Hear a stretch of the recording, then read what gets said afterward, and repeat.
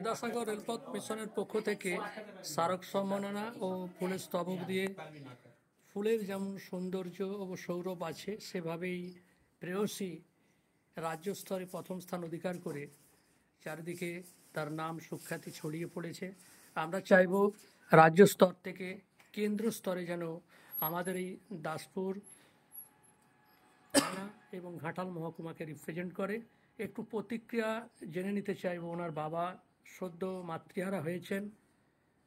আমরা প্রত্যেকেই ওনার মাতার বিদেয়ী আত্মার চিরশান্তি কামনা করছি। তবু এত সুন্দর যে সুখের খবর, আনন্দের খবর, যে সময় প্রেয়সী তার ঠাকুমাকে হারালো এবং সুদীপ্তবাবু তার মাকে হারালেন, তবুও এই মেয়ে সম্পর্কে আমি দু চার কথা প্রতিক্রিয়া জেনে নিতে চাইব। কেমন লাগছে সুদীপ্তবাবু? প্রথমেই সকলকে আমাদের বিদ্যাসাগর রেলপথ মিশনের পক্ষ থেকে শ্রদ্ধেয় সভাপতি, শ্রদ্ধেয় সম্পাদক যারা এসেছেন তাদেরকে অসংখ্য অসংখ্য ধন্যবাদ জানাই। আমার বাড়িতে আপনাদের পায়ে ধরে পড়েছে। আমাদের প্রেয়সী সত্যি আর গর্বের। এখন ভাবছি শুধু প্রেয়সী আমার মেয়ে নয়, আমি এখন বুঝতে পেরেছি এই প্রেয়সী এখন সবার।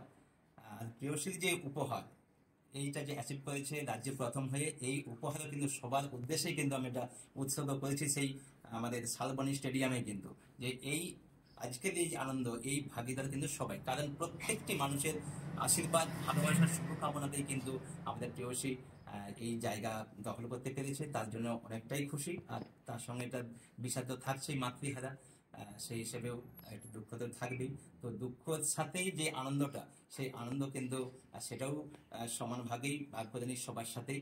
আর প্রেয়সীর সাথে সবসময় আছি, জেলার থেকে একদম রাজ্য পর্যন্ত ওর পাশেই থেকেছি। আমি ওর মা, ওর কাছে থেকেছি। ও সবসময় লড়াই, যে মুখোমুখি হওয়ার জন্য আপ্রাণ চেষ্টা করেছি। আর সেই জন্যেই সেই ফল হিসাবে আমরা চেষ্টা করেছি এবং সেটা সাকসেসও হয়েছি।